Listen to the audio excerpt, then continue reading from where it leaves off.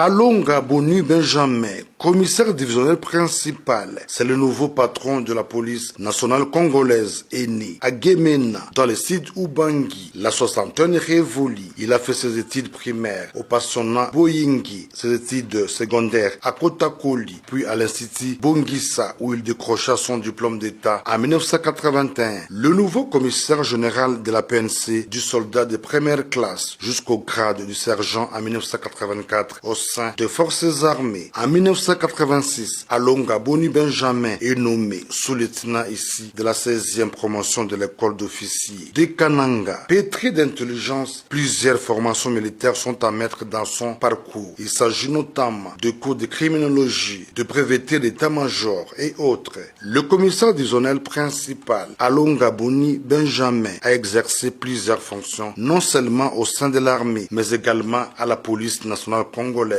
Il a été tour à tour commissaire général adjoint de la PNC en charge des opérations et renseignements de 2004 à 2013 avant de prendre la direction des écoles et formations. Au sein de la PNC, le nouveau patron de la police est licencié en droit public et assistant à l'université libre de Kinshasa. Alonga Boni Benjamin traîne derrière lui 39 ans de loyaux service sous le drapeau congolais sur tous les fronts. En mai 2021, avec l'avènement de l'état de siège instauré par le chef de l'État, Félix Antoine Tshisekedi Tshilombo, a été désigné vice-gouverneur policier de l'Ituri à côté de lieutenant général Luboyanka Johnny, gouverneur militaire. C'est ce dimanche que le commissaire divisionnaire principal, Alonga Boni Benjamin, devient le chef de la police de la 5e République dans un état de droit. Alonga Boni Benjamin, le nouveau commissaire général, reconnu pour sa fidélité, loyauté et honneur à la nation et aux institutions de la République. Désormais, la République doit compter sur ses hauts gradés pour la réforme et le professionnalisme de la PNC pour l'intérêt supérieur de la nation.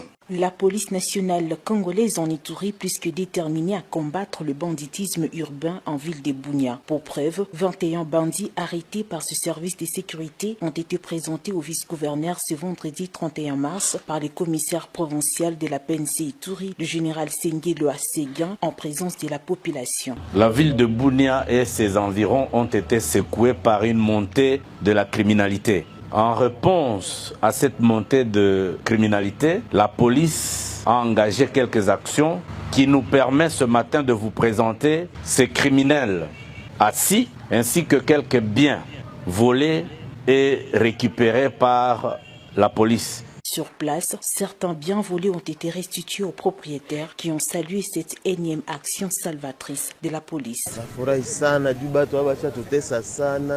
Na kwangu bashaga iba defo wanatobola mire wanaiba bitu yote kunyumba. Mimi nafurahi kabisa na kazi polisi inafanya. Nafurahi kwa moto yao. Occasion pour le vice-gouverneur, les commissaires divisionnaires Alonga Boni Benjamin d'encourager la PNC Ituri qui travaille sans relâche aux côtés de FARDC pour la sécurisation de la population iturienne et c'est bien. Il appelle la population de l'Ituri à collaborer davantage avec le service de sécurité et défense pour consolider les acquis de la paix. C'est pour dire Batoyo, soki boyebi bango, même Batoya groupes armés boyebi bango, tanga ba komuna bango dépend dans la police, ton force de sécurité bazwa bango balongola bango, lobi ekoyela yo. Oyo ba yibi bango awa, baza bato lokola yo, lobi ba koyibela yo, yo mutu bomba bato miyibi na ba criminel. Encore une fois, merci monsieur le commissaire provincial, mon général, et mes sincères félicitations et encouragements à l'unité de la police d'investigation criminelle. Notons que plusieurs biens récupérés du main de ces malfrats, dont 10 motos, plusieurs panneaux solaires et tant d'autres seront restitués à leurs propriétaires. Bunia, chef-lieu de la province de l'Ituri, une ville à plein élan du développement depuis l'instauration de l'état de siège. La population doit avoir une connaissance parfaite sur le code de la route, ceci pour éviter de nombreux cas d'accidents dénombrés par la police de circulation routière dans cette ville cosmopolite. Conscient et engagé dans cette lutte, un jeune Iturien, Jonathan Djamba, ingénieur électromécanicien, met son savoir-faire en faveur de la communauté en installant un panneau lumineux de signalisation au rond-point pique-nique sur le boulevard de Libération. Je faisais l'ISTA Goma aux facultés d'électromécanique. C'est de là qui m'est arrivé aussi l'idée de faire des signalisations routières parce que la ville de Goma m'a un peu impressionné par rapport à leur conception.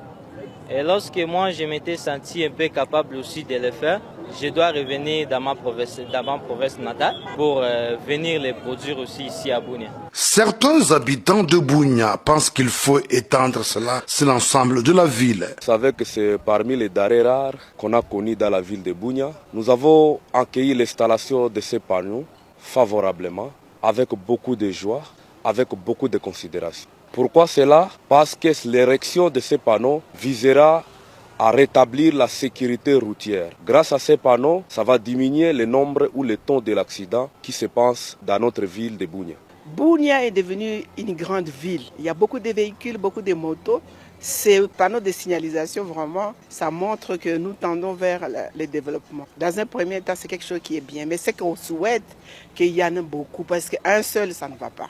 Il nous faut au moins d'aller tous les grands points, qu'il y ait des points. Comme ça, on va régulariser au niveau de toute la circulation. Du côté de la police nationale congolaise, le respect des consignes inscrites dans les codes de la route doit être de mise. Et depuis qu'on a implanté ces panneaux de signalisation, nous avons senti effectivement qu'il y a une baisse sensible des cas d'accident sur l'artère principale qui est le boulevard de libération de la ville de Bunia. C'est ainsi que je demande à tous les usagers de la route de respecter ça, de respecter les panneaux de signalisation. Quand vous voyez la lumière rouge, c'est-à-dire là, il faut stopper. Quand c'est la lumière verte, là, on vous donne accès au passage. Et quand c'est la lumière jaune, c'est le temps intermédiaire entre les deux. Donc, nous recommandons à tous les usagers de la route de respecter le panneau de signalisation pour nous éviter des cas d'accident. Signalons que le panneau de signalisation luminé est une première au chef-lieu de l'Ituri. De telles initiatives méritent d'être encouragées pour le développement de cette province en voie de stabilisation pendant cette période de l'état de siège. L'appel du chef de l'État Félix Antoine Tshisekedi Tshilombo lancé aux groupes armés à rejoindre les camps de la patrie pour la reconstruction du pays trouve un écho favorable en territoire de Mombasa. Ces groupes armés Maï-Maï décident de signer l'acte d'engagement de cessation des hostilités. Ceci à l'issue d'une consultation de 4 jours menée par la coordination du pays de DERCES. Nous allons nous orienter dans le processus d'une paix durable à la République démocratique du Congo. Donner notre contribution à l'œuvre de construction de la paix, de la cohésion sociale, de la restauration de l'autorité de l'État et de la relance économique et du développement dans nos entités et dans nos communautés à travers le PDDRCS. Ce geste de ces forces négatives est salué par la notabilité du territoire de Mombasa. Nous sommes remplis de joie et nous pensons que ça ne sera pas le premier groupe. L'accueil qu'a réservé les autorités et ces groupes, nous sommes rassurés que ces groupes iront encore faire une bonne sensibilisation auprès des autres qu'ils connaissent de façon qu'eux aussi emboîtent les pas. Pour sa part, le coordonnateur du PDDRCS en Ituri, Willy Abibou Sebomaïse, encourage d'autres groupes armés à emboîter les pas. Il est vrai que nous pouvons avoir des mésententes avec nos proches.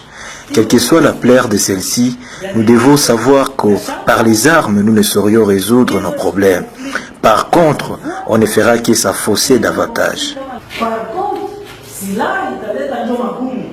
Signalons que la reddition de ces Maï-Maï intervient après la remise des armes d'un groupe d'autodéfense devant le vice-ministre de la Défense nationale et ancien combattant lors de son séjour en Ituri. Ceci s'inscrit dans l'approche non militaire privilégiée par le gouverneur Luboyanka Shoma Johnny dans la résolution de conflits